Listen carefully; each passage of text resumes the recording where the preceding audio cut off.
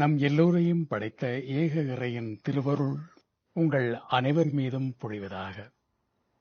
மாண்டவன் மீண்டு வந்து பேசுகின்றானே என்று சிலர் வியந்து நோக்கக்கூடும். நேற்று இலங்கை நேரப்படி நள்ளிரவு முதல் இந்த நிமிடம் வரை நான் நித்திரை கொள்ளவில்லை. அந்த விஷமச் செய்தியை கேட்டு ஆயிரம் பல்லாயிரம் அன்புள்ளங்கள் தொலைபேசியில் என்னை அழைத்து என் குரலை கேட்ட பின்புதான் நான் உயிரோடு இருப்பதை நிச்சயப்படுத்திக் கொண்டார்கள். அதிலும் சிலர் என் குரலை கேட்டதும் கதறி அழுததை கேட்டு என்னால் தாங்க முடியவில்லை. இத்தனை ஆயிரம் அன்புள்ளங்களை நான் பெற என்ன தவம் செய்து ஈன்றாளோ என் அன்னை என்று நான் நினைத்துக் கொண்டேன்.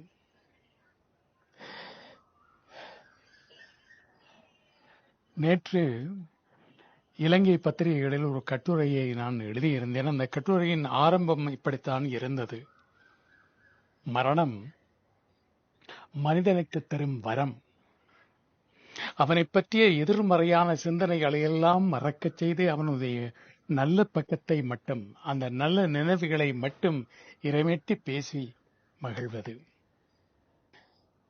அப்படி ஒரு அனுபவம் தான் எனக்கு கிடைத்திருக்கிறது. காரணம், பல்லாயிரம் அன்புள்ளங்கள் என்னை நேசித்தாலும் என் துறைசார் பொறாமை காரணமாக அல்லது மதமாச்சரியங்கள் கொண்ட சிலர், விரல் விட்டு எண்ணக்கூடிய சிலர், இதுவரை காலமும் எதிர்மறையான விமர்சனங்களை பரப்பியிருக்கலாம். ஆனால் இந்த செய்தியை கேள்விப்பட்ட நேரம் முதல் என்னை பற்றிய நல்ல நினைவுகளை மட்டுமே அவர்கள் இறைமேட்டி இருப்பார்கள்.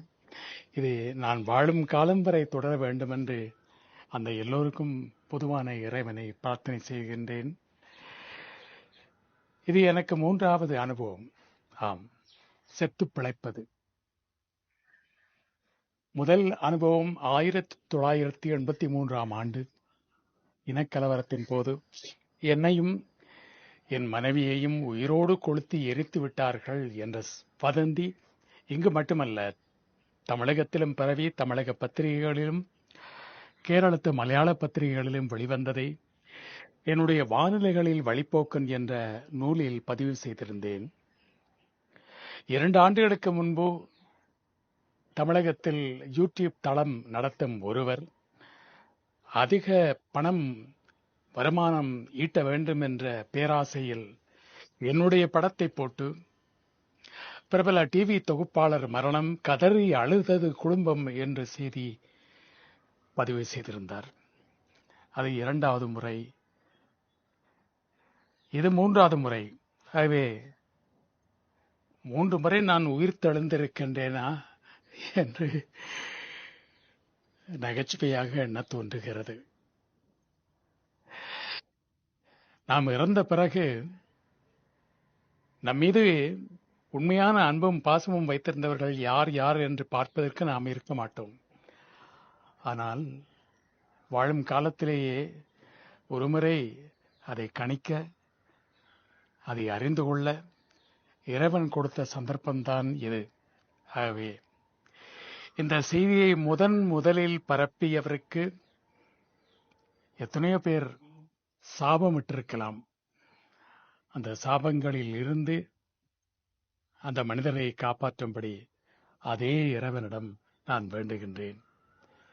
ஏதோ ஒரு நன்மையை செய்திருக்கின்றார் அவர்.